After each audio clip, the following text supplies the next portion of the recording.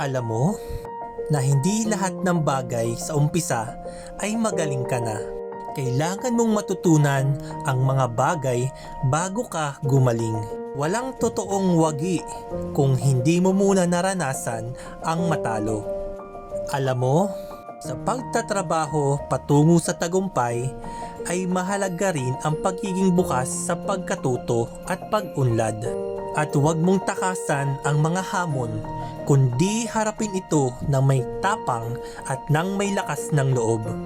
Dahil ang tagumpay ay maaaring magdala ng iba't ibang kahulugan para sa bawat isa. Ngunit ang pangunahing susi ay ang sipag, dedikasyon at positibong pananaw sa buhay.